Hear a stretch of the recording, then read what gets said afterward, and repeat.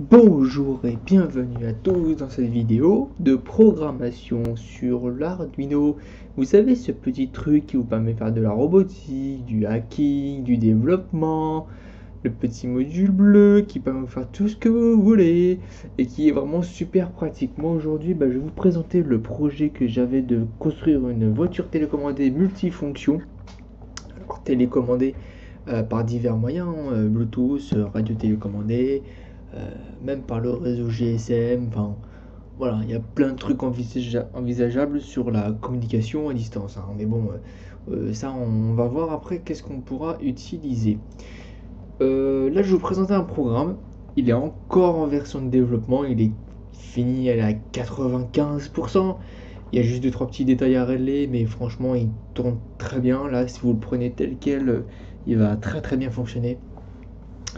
Et je le teste, là il est vraiment opérationnel. Alors je vais aller le chercher et vous allez voir tout de suite de quoi ça parle.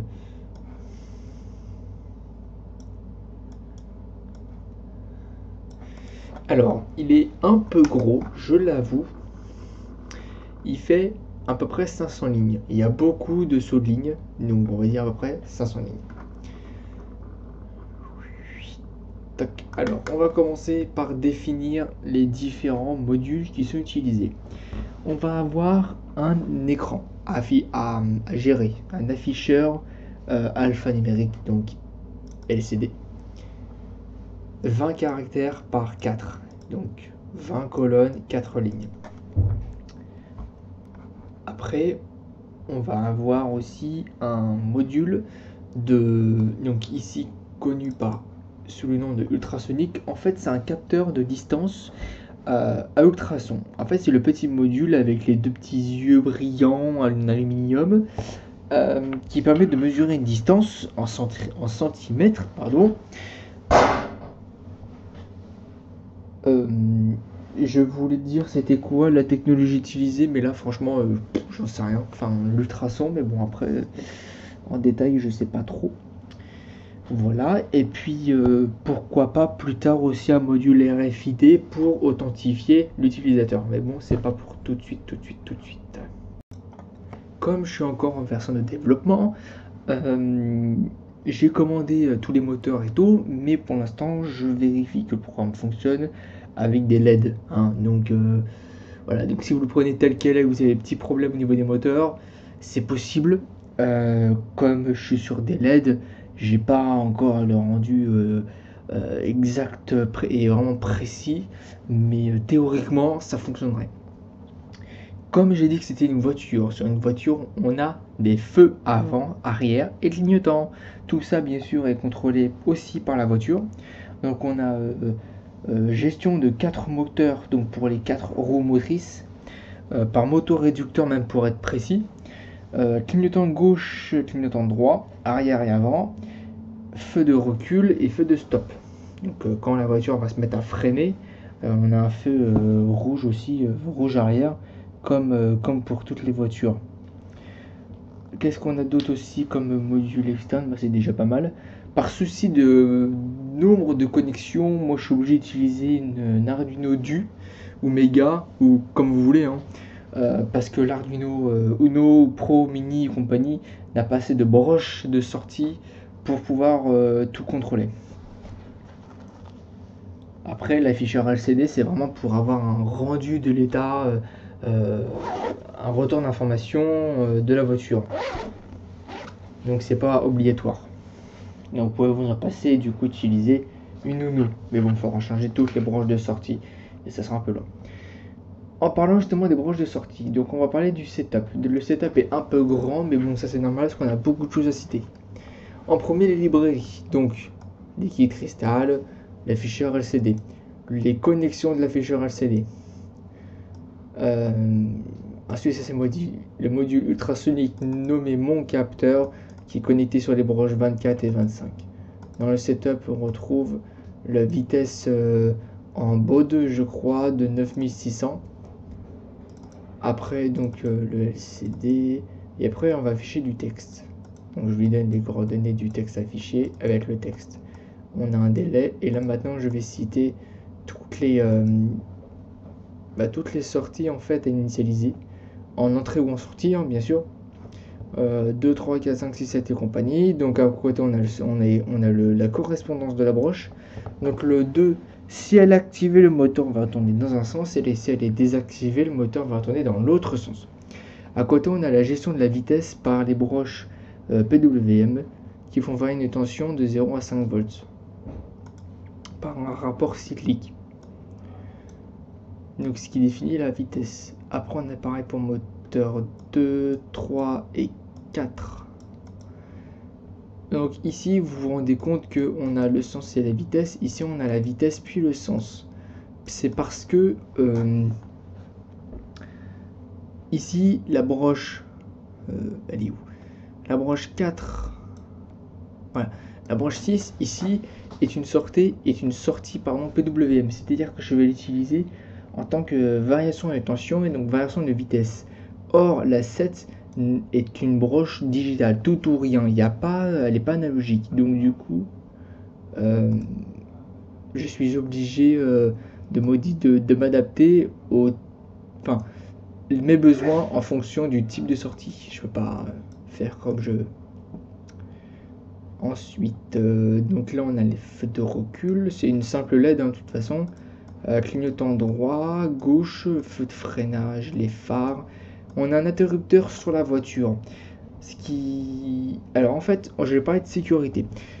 La voiture a deux modes de sécurité, un mode numérique et un mode digital. Le mode digital, en fait, c'est celui-là.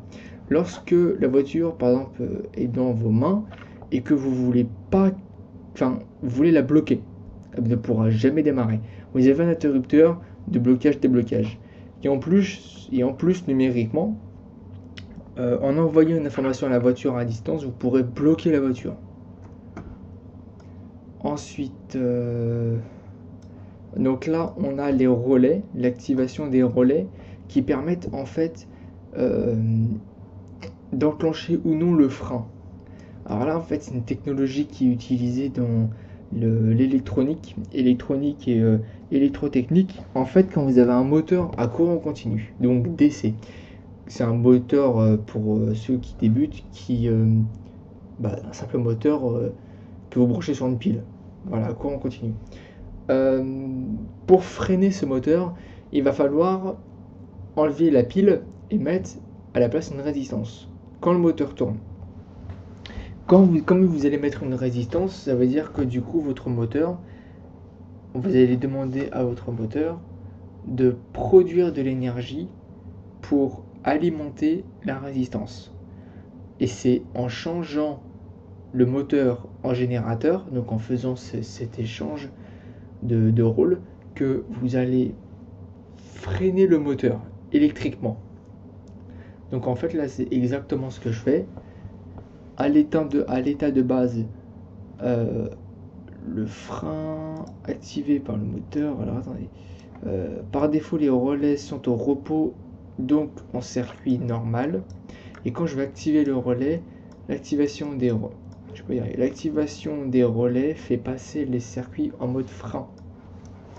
Donc en fait, au niveau du code, je vais simplement ouvrir et fermer un relais. Physiquement, je vais changer entre l'alimentation du moteur à le moteur qui va alimenter une résistance. Une résistance qui va dépendre, sa puissance et sa valeur ohmique va dépendre de l'intensité produite par le moteur à une certaine résistance. Par exemple, moi, pour un moteur qui fait 6 volts, consomme 6 ampères, j'ai pris des résistances de 10 ohms, donc je sais qu'il va consommer U égale RI.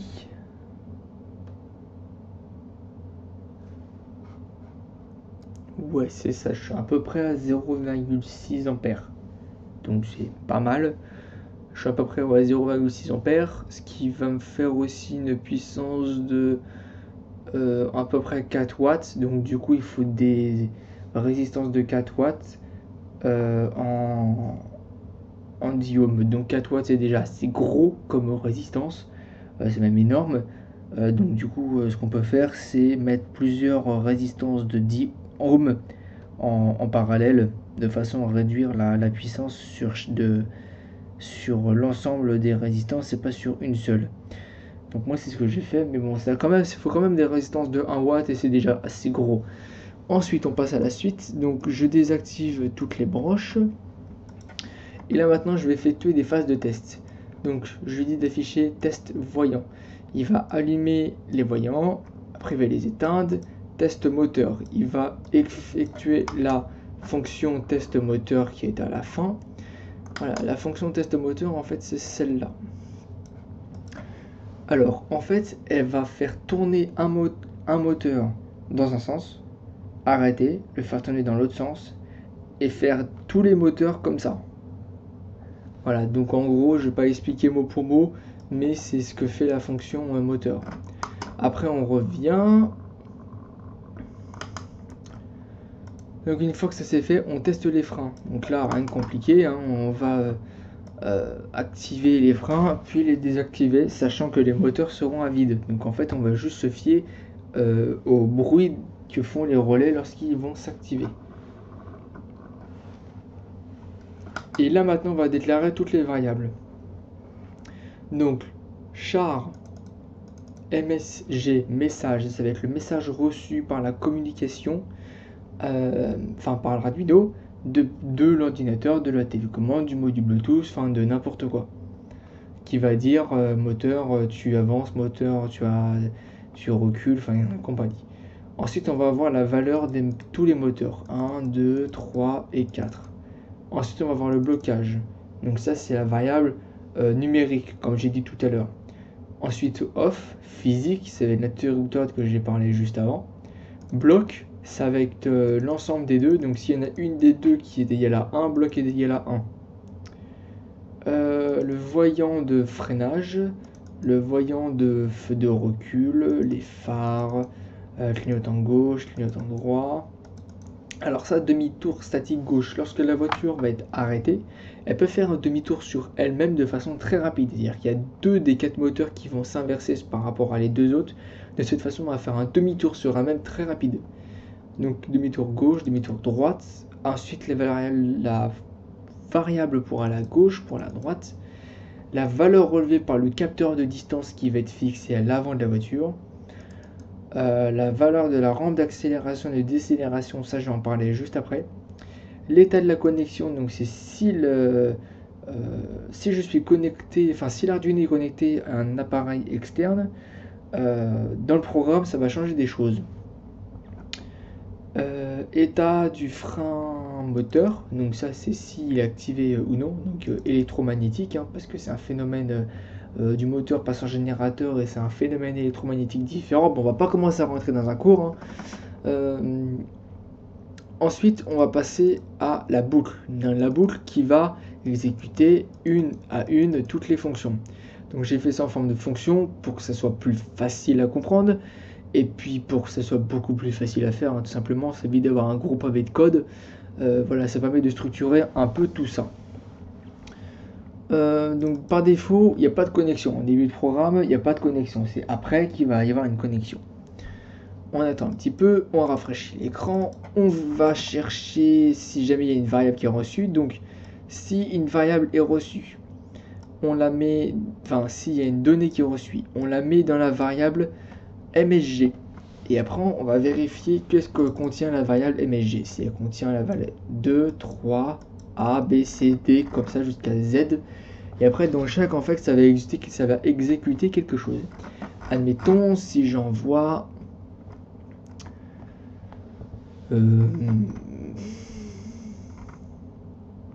ça c'est bien. Si j'envoie P. L, M, N, O, P. Tiens, il n'y a pas de O, tiens. Ouais, c'est bizarre. Donc, L, M, N, O, P. Voilà, donc si il reçoit la variable P, alors il va mettre le moteur 3 et le moteur 4 à moins 50%. Donc ils vont tourner dans le sens inverse des aiguilles d'une montre.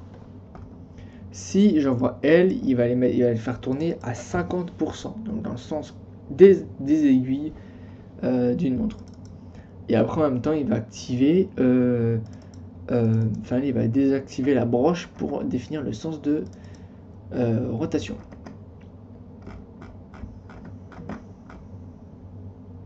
Si c'est ça. Voilà, donc là par exemple, voilà, attention à chaque fois, voilà, c'est modification de variable. Après, on va vérifier si le bouton est appuyé. On va vérifier l'état du capteur et on va fixer la vitesse des moteurs. Donc avant on a calculé la vitesse des moteurs, maintenant on va l'appliquer. Donc on va chercher moteur.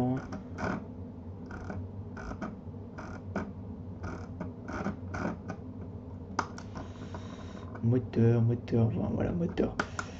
Alors, elle est un peu grosse, mais pas compliquée à comprendre. En premier, je vais vérifier si la voiture est bloquée ou pas. Que si elle est bloquée, bien sûr, faut pas que les moteurs tournent, donc faut pas appliquer les variables. Si elle n'est pas bloquée, donc dans ce cas-là, donc si il n'y a aucun déblocage, donc du coup il n'y a pas de blocage. Et si jamais le sens de rotation est plus grand, enfin là, ici plus petit que 0, donc négatif, les moteurs vont aller en arrière. Donc je vais désactiver les broches et je vais faire tourner les moteurs dans le sens contraire des aiguilles d'une montre. Si la variable est positive, donc plus grande ou égale à 0, je vais activer la broche et appliquer la valeur. Donc c'est la fonction map entre 0 et 100%, entre 0 et 255, qui correspond de 0 à 5 volts. 255, numériquement, pour lui, physiquement, c'est 5 volts de sortie sur la broche. Après, si jamais il y a au moins un de blocage, alors on met les moteurs à 0 et on affiche sur l'écran passer en mode sécurité. Voilà, donc on revient au début. Ensuite, état, donc là je vais vérifier l'état de la connexion. Donc ça c'est pareil, hein, si jamais il reçoit une valeur, il change l'état de la connexion. Ensuite, on va afficher toutes les variables qui ont été définies juste avant. Et après, on va passer au frein. Donc je vais d'abord faire l'affichage et après je vous montre le frein. De toute façon, c'est ça la fin. Voilà. Donc là, l'affichage, hein, c'est rien de compliqué. Je lui demande de m'afficher en texte M plus la valeur du moteur. Et ensuite, les variables, la valeur contenue dans les variables de chaque moteur. Après, donc les différentes variables, pareil, des clignotants, des freins, de la distance mesurée par le capteur. Voilà, enfin, on a différentes choses. Et après, là, on a le frein. Alors, le frein, en fait, c'est pas compliqué. Si jamais le frein est activé, donc d'abord, on va... oui, c'est ça. Donc d'abord, ce qu'on va faire, c'est on va ouvrir le relais et en même temps couper le moteur. Donc c'est-à-dire, je vais dire au moteur, vous arrêtez de tourner et en même temps, je vais enclencher le relais. En enclenchant le relais, électriquement, je vais couper l'alimentation des moteurs, même s'ils ne sont plus alimentés. Donc comme ça, je coupe l'électricité sur les moteurs et je passe les moteurs en mode freinage. Et bien sûr, si jamais il n'y a pas de frein, bon bah bien sûr, forcément, les relais ne sont plus activés et les moteurs ne sont plus en mode freinage. Bon, donc la vidéo a quand même duré 20 minutes, hein, donc j'ai essayé de faire en plus vite. Il y a plein de choses que j'ai pas dites, hein, mais bon, vous vous doutez, je peux pas tout dire.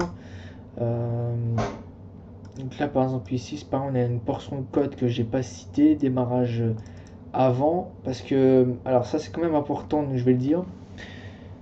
Quand on prend un moteur et qu'on le fait démarrer, donc de 0 km/h on va dire à 10, il faut le faire démarrer progressivement. Pour le faire démarrer progressivement, donc là comme je suis en démarrage avant, je vais enclencher les broches pour aller en avant et je vais faire monter petit à petit la vitesse des moteurs par cette fonction for. Donc on part de 0 pour monter jusqu'à 25% de rotation des moteurs, en montant de 5 en 5 sur un temps de 300 millisecondes entre chaque on va dire incrémentation de 5 en 5. Et à chaque fois je rapplique la valeur sur les moteurs et je change la le M moteur et j'affiche les données. Comme ça sur l'écran on voit, on passe pas de 0 à 25 km/h, enfin de 25 enfin la variable ne passe pas de 0 à 25 sur l'écran, mais de 0 à 5 à 10 à 15 à 20 à 25. Alors 25 hein, c'est une valeur torique, c'est pas calculé, c'est pas mesuré, c'est torique hein. C'est comme ça, c'est j'aurais pu mettre 30, j'aurais pu mettre 20, voilà. En démarrage arrière c'est pareil, donc on va passer de 0 à moins 25%.